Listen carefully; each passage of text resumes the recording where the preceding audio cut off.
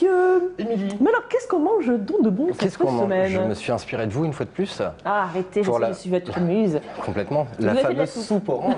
La soupe orange, c'est vrai. On en avait parlé. C'est ma soupe orange. Donc, petite soupe orange. Bon là, elle est froide, mais elle est bonne. Mais elle est froide. Donc le principe, la soupe orange, là on est parti sur de la butternut, de la carotte. Butternut, c'est quoi? Butternut, c'est une sorte de courge. Une sorte de courge. L'avantage de cette courge, multi-avantages. Premièrement, on n'a pas besoin forcément de l'éplucher, ce qui est le cas d'autres courges, mais en plus, elle a très peu de pépins. On peut la cuire comme ça? Donc il y a très peu de manutention. Il suffit d'enlever le pédoncule, enfin le pédoncule en dessous, d'enlever le chapeau au-dessus. Il y a très peu de graines, donc il y a très peu de pertes. Et de nettoyer légèrement la peau, mais on peut la cuire avec la peau. C'est le cas aussi pour les carottes. Les carottes, en ce moment, elles sont pas pleines de terre. Et du coup, il y a un petit truc pour éviter de faire de la perte avec un économe, c'est de prendre un Scotch-Brite propre et juste de les gratter un petit peu. Mais moi, je fais ça, tout à fait. C'est sûr, ça? Oui, c'est vrai, avec une éponge. Pardon, j'ai pas entendu. Pas beaucoup de pépins dans Pas beaucoup de pépins. Ah, ça c'est vrai. C'est non négligeable comme avantage, tout à fait. Et donc les avantages, bon, on n'est que sur du fibreux, il n'y a aucune matière grasse, c'est nutritif sans être lourd. Et moi j'y ajoute personnellement un de mes amis préférés qui est le gingembre. Donc le gingembre, il faut savoir que ce rhizome, alors il faut arrêter avec l'histoire de l'aphrodisiaque. Ce serait vrai s'il était consommé une demi-heure après avoir été arraché, mais comme en général ça vient du Brésil, c'est quelques heures après. Par contre, le gingembre a des vertus antioxydantes très puissantes. Et le tout, beaucoup de gens épluchent le gingembre, ce qui est un peu une ineptie au niveau justement des valeurs antioxydantes. Parce que tout, comme d'ailleurs dans les fruits et légumes, se trouve sur la peau. Donc c'est un rhizome qui est propre et qui n'a pas besoin d'être épluché. D'accord, ok. Voilà. Et donc nous, là, on s'est dit que pour l'hiver, c'était bien de développer une soupe parce que ça peut être une base de repas. Avec une soupe comme ça, en rajoutant une petite base de riz ou de lentilles, ou d'une autre légumineuse, vous avez un repas pratiquement complet. Et donc, on est en train de développer des gammes avec une soupe et un pain associé. Le pain associé sur celui-là, c'est un pain, on a fait aussi pour vos soirées oranges, Émilie, parce que tout le monde a toujours connaît vos soirées oranges. Bien sûr. Donc, c'est un pain au curcuma. Curcuma, ça c'est bon. Donc aussi vertu antioxydante. Tout à fait. Et là, c'est un pain viennois, donc un pain qui est fait avec de la crème fraîche d'Isigny et du beurre frais. Ça c'est bon. Et alors, des noix et des noisettes pour avoir quelque chose de plus complet. Des noix et des noisettes. Et du coup, l'idée, c'est de complémenter la soupe avec. Et si on veut aller même jusqu'au bout, je me suis inspiré des méthodes anglo-saxonnes où traditionnellement, dans les bureaux le midi, on mange le cheese board avec une soupe et du pain. Donc nous, du coup, on ne va pas vendre de fromage, mais du coup, on va faire des petits pains avec du fromage dedans, associé avec chaque soupe. Pas mal. Donc là, on est tout orange, ce qui est bon pour la santé et bon à l'entrée de l'hiver. C'est délicieux. Qu'est-ce qu'on en pense alors sur ce plateau? Attends. Dégustation. Moi, je connais le pain en curcuma. Je suis toujours fan. Pas mal ça.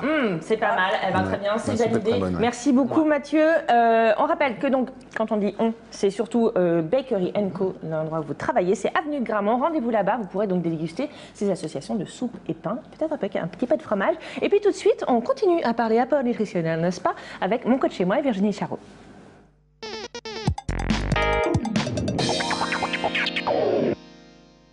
Je vous laisse parler, je mange, moi, Virginie Charot. Pas de problème. Alors, en fait, effectivement, moi, je confirme tout ce qui vient d'être dit. L'idée, c'est de pas toujours éplucher ses fruits et ses légumes, parce que tout ce qui est vitamines et minéraux, c'est juste sous la peau, et ce serait dommage de s'en priver. Alors, moi, ce que je constate, finalement, c'est qu'à l'approche de l'automne et de l'hiver, les gens arrivent en me disant, bon, c'est l'hiver, peut-être qu'il faudrait que je prenne un complément, non, peut-être qu'il faudrait que je prenne du magnésium, ou peut-être qu'il faudrait que je prenne de la vitamine C, que je prenne de la vitamine C ou autre.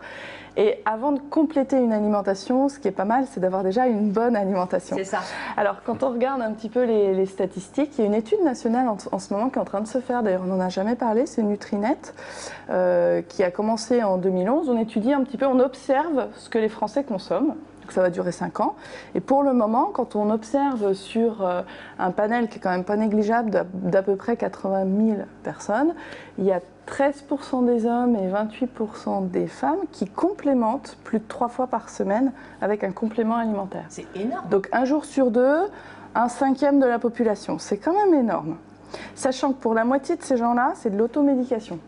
Ah oui, d'accord. Donc ça veut dire que c'est pas c'est pas vraiment de la médication, on va dire. Là, on n'est pas sur du médicament, on est vraiment sur... Eh bien, on est quand même sur une action biologique, c'est-à-dire qu'à partir du moment où on rajoute des vitamines, comme n'importe quel élément finalement qu'on fait rentrer dans notre corps, il y a une action biologique.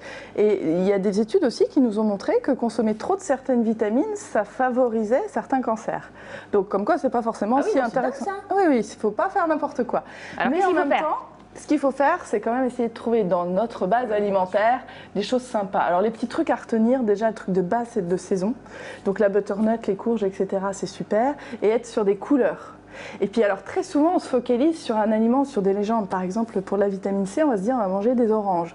Oui, pas de problème, mais n'empêche que notre bon vieux chou local, il nous apporte plus de vitamine C que d'aller chercher des oranges qui viennent de l'autre bout du monde. Ah oui, alors le chou, c'est le meilleur ami de la vitamine C. Eh ben oui. Ah oui. Et la petite idée aussi, c'est de se dire sur ma journée, sur une journée, en hiver, en été, au printemps, n'importe quand, sur une journée, est-ce que j'ai mangé un truc cru ? C'est quand même pas mal de se dire, est-ce que j'ai mangé un truc cru, un fruit ou un légume, ou d'avoir rajouté un petit quelque chose de cru, même du persil dans la soupe. Là, je rajouterais bien juste un peu de persil dans la soupe. Le gingembre est cru. Le gingembre est cru, bah super. On ne le cuit jamais. Voilà.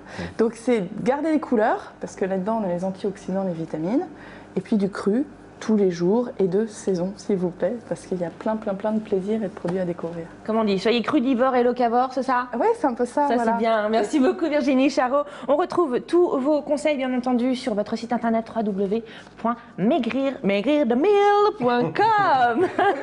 Merci beaucoup. Eh bien, merci à tous, en tout cas, d'avoir été avec nous. On va marquer une courte pause avant de terminer cette émission, cette dernière émission de la semaine, avec notre artiste de la semaine. Cette semaine, c'est Tiffen Francisco Music Band. Merci, chers amis. Merci, Émilie. Allez, publicité, on se retrouve juste après avec nos musiciens. À tout de suite.